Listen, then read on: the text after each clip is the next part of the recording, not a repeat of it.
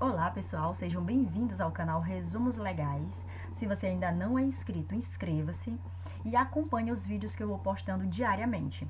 Hoje nós vamos falar sobre desafios do Estado de Direito, democracia e cidadania.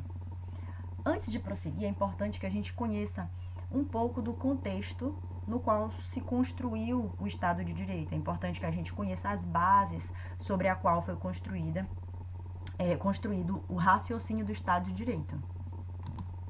Então, na Europa, durante o século XVI até o século XIX, existiu a figura do monarca, que detinha o poder absoluto sobre o Estado. Ninguém o questionava e ele não governava com o apoio de ninguém nem da nobreza, porque ele detinha o poder de forma absoluta. Então, todos os aspectos do Estado eram alcançados pelo seu poder inquestionável. Aspectos jurídicos, aspectos legais, de administração. Então, não havia uma repartição de poderes, porque ele detinha as decisões sobre tudo o que dizia respeito ao Estado. Porém, esse poder dele absoluto começou a ser questionado, por exemplo, por ideais iluministas. Então, as pessoas, os pensadores da época começaram a questionar aquele poder, aquela concentração de poder absoluta nas mãos de uma só pessoa. Além disso, a Revolução Francesa, com os seus ideais de liberdade, igualdade e fraternidade, também vieram a contribuir para o fim do absolutismo, mais ou menos ali por volta do século XIX. Em resposta a isso, nós temos a formação do Estado liberal, baseado nos ideais de soberania, de direito de propriedade privada. O Estado de Direito visou, como resposta àquele sistema político do qual ele veio, limitar os poderes estatais e pôr fim aos privilégios absolutistas, do Estado absolutista. O novo conceito de lei que surgia não era mais baseado em decisões arbitrárias do monarca, mas ele visava assegurar o exercício da cidadania. Eu trouxe aqui essa citação para vocês, que ela vai mais ou menos resumir as bases do Estado Democrático de Direito. Então, por meio do pensamento aqui do autor, a gente pode compreender que o objetivo do Estado agora é assegurar a liberdade e a propriedade do cidadão, bem como garantir o bem-estar desse indivíduo. Agora, a ordem estatal, a lei, ela é expressada através de uma constituição escrita, do reconhecimento dos direitos do homem, da separação dos poderes e de leis que agora não vinham mais da cabeça de um monarca, mas elas eram produzidas e promulgadas através de um procedimento determinado, um procedimento estabelecido. Nós podemos compreender aqui que o conceito de Estado de Direito, ele é um trinômio, baseado em indivíduo, direito e poder. Assim, nós podemos caracterizar o Estado de Direito pela supremacia da Constituição. A Constituição é a lei maior, pela repartição dos poderes e pela garantia dos direitos dos indivíduos. Os direitos sociais, eles passaram a ser reconhecidos no ordenamento jurídico após a Revolução Industrial, que foi um período de grande desenvolvimento tecnológico que ocorreu na Inglaterra. Essa revolução garantiu o surgimento da indústria e consolidou o processo de formação do capitalismo. Os trabalhadores, eles tinham baixos salários. A carga de trabalho era muito alta, chegava a ter até 16 horas ou mais, com intervalos poucos de 30 minutos, por exemplo. Havia falta de segurança, crianças também trabalhavam. E por conta disso, os trabalhadores começaram a se organizar, começaram a fazer organizações, algumas delas bem fortes, como o ludismo e o cartismo. O movimento ludista, por exemplo, ele invadia as fábricas. O movimento do cartismo era um movimento também muito forte desse período, e ele pretendia que os homens tivessem o direito de votar, para que os homens trabalhadores, obviamente, né, para que eles tivessem uma representação política também. E esses trabalhadores, eles reivindicavam seus direitos, faziam exigências para que seus direitos fossem respeitados, para que eles fossem tratados, na verdade, com condições melhores, condições mais humanas, e eles conseguiam muitas dessas coisas por meio de movimentos grevistas. Eu recomendo, por exemplo, o filme O Germinal, tem um livro também, mas para quem está estudando para concurso, não vai querer ler o livro, né? Mas o filme, ele também é muito bom e ele vai tratar desse momento da Revolução Industrial. O filme ele vai abordar relações de trabalho, luta de classe, que existia nesse capitalismo nascente, o processo de instalação de capitalismo nessas cidades, o ritmo de exploração dos trabalhadores. E ele vai tratar dessa temática no filme. Então, foi somente após a Revolução Industrial que os direitos sociais passaram a ser reconhecidos no ordenamento jurídico, como eu falei anteriormente. Avançando um pouco mais, os estudiosos afirmam que hoje o Brasil, o Estado de Direito, na verdade, ele vive já a sua terceira fase, que é o Estado Democrático de Direito. Inserir essa palavrinha aqui traz grandes mudanças. Apenas assegurar a proteção do direito não impediu a ascensão de regimes totalitários pelo mundo. Então, era necessário mecanismos democráticos de exercício de poder. E, baseado nessa concepção de mecanismos democráticos de exercício de poder, é que surge o conceito de Estado Democrático de Direito, que ele visa proteção dos direitos fundamentais. O Estado Democrático de Direito se propõe a limitar o exercício do poder, assegurar os direitos fundamentais e viabilizar a participação do cidadão. E isto, inclusive, está assegurado na nossa Constituição, como vocês podem ver aqui abaixo. Aqui é o artigo 1º da nossa Constituição Federal, que diz: a República Federativa do Brasil, formada pela união indissolúvel dos estados e dos municípios e do Distrito Federal, constitui-se em Estado Democrático de Direito. E aqui nós temos os fundamentos, né?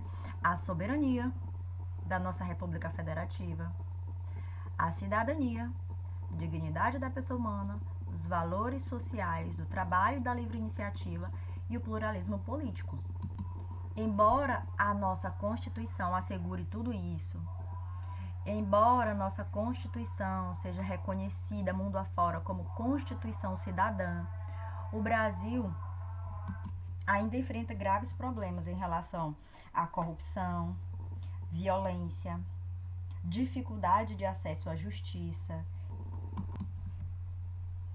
impunidade, desigualdade social, intolerância e discriminação, falta de acesso à educação de qualidade. Avançando um pouco mais, a consolidação da democracia refere-se ao processo pelo qual o sistema democrático se fortalece, ele se estabiliza e se torna mais eficaz ao longo do tempo.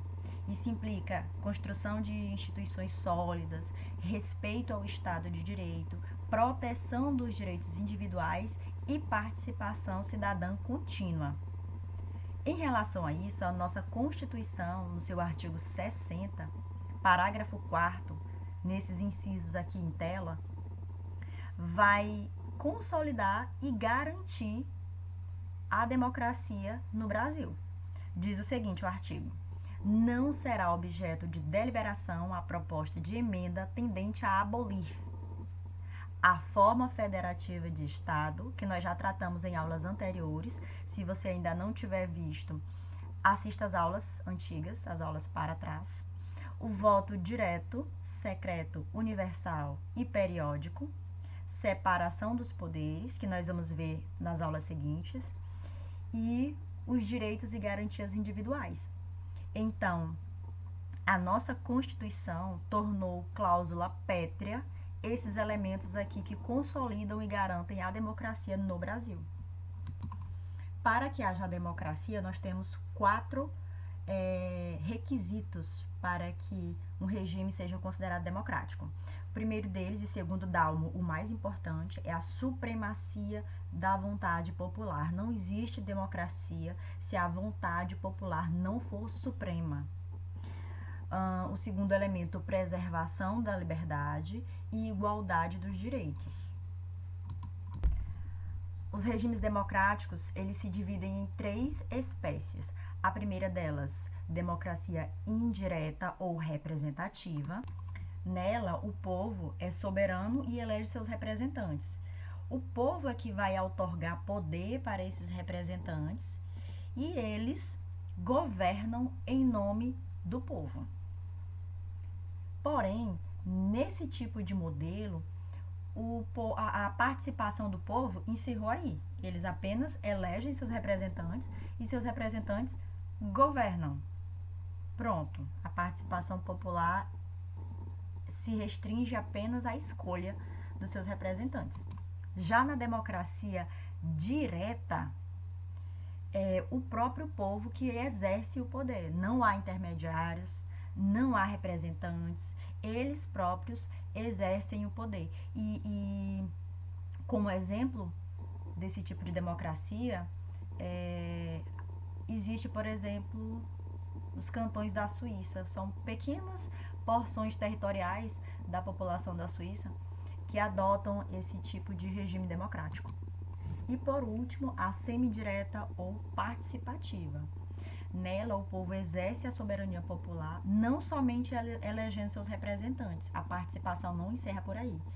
Eles também participam de forma direta na vida política do Estado, por meio de alguns institutos da democracia que são garantidos. Por exemplo, plebiscito, o referendo, iniciativa popular. Adivinha qual a nossa Constituição adotou? Trouxe aqui para vocês o artigo 1º da nossa Constituição. No parágrafo único diz: todo o poder emana do povo, que o exerce por meio de seus representantes eleitos ou diretamente nos termos da lei. Como assim diretamente? Olha para cá.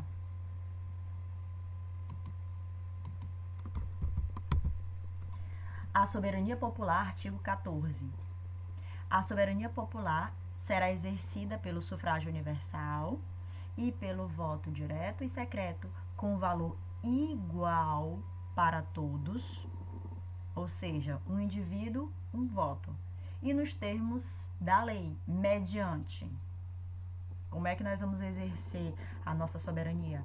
Por meio de plebiscito, por meio de referendo e por meio de iniciativa popular. Pedro Lenza afirma no livro dele que essa forma de democracia que nós assumimos, que a Constituição assumiu, é que garante a participação popular no poder por intermédio de um processo, no caso o exercício da soberania, que se instrumentaliza por meio do plebiscito, referendo, iniciativa popular, bem como pelo ajuizamento de ação popular. E para finalizar, eu trouxe novamente o artigo 14, já que nós estamos falando de representação política.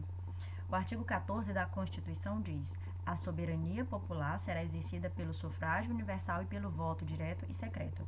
Embora esses dois termos, sufrágio e voto, sejam utilizados comumente como sinônimos, eles não são. Sufrágio refere-se ao direito de votar. E o voto é o exercício do sufrágio. Então, eles não são a mesma coisa. Primeiro é o direito em si, o segundo é o exercício desse direito. Como exercício da cidadania, todo indivíduo tem o direito de escolher seus representantes políticos. E no parágrafo 1º do mesmo artigo diz que o alistamento eleitoral e o voto são obrigatórios para os maiores de 18 anos e facultativo para os analfabetos, os maiores de 70 anos e os maiores de 16 e menores de 18 anos. E quem não pode se alistar? Os eleitores estrangeiros e os conscritos durante o período de serviço militar obrigatório. A participação cidadã é o pilar fundamental da democracia. Como disse Dalmo lá momentos atrás da aula, a supremacia da vontade popular é a base de uma democracia. Então, o objetivo da participação popular é que os cidadãos participem ativamente do processo de tomada de decisão pública da vida em sociedade. Então, pessoal, era isso que eu tinha para falar para vocês sobre o tópico 2.1. Eu espero que vocês tenham compreendido, espero que vocês tenham gostado. Inscrevam-se no canal e muito obrigada por assistir até aqui. Até a próxima!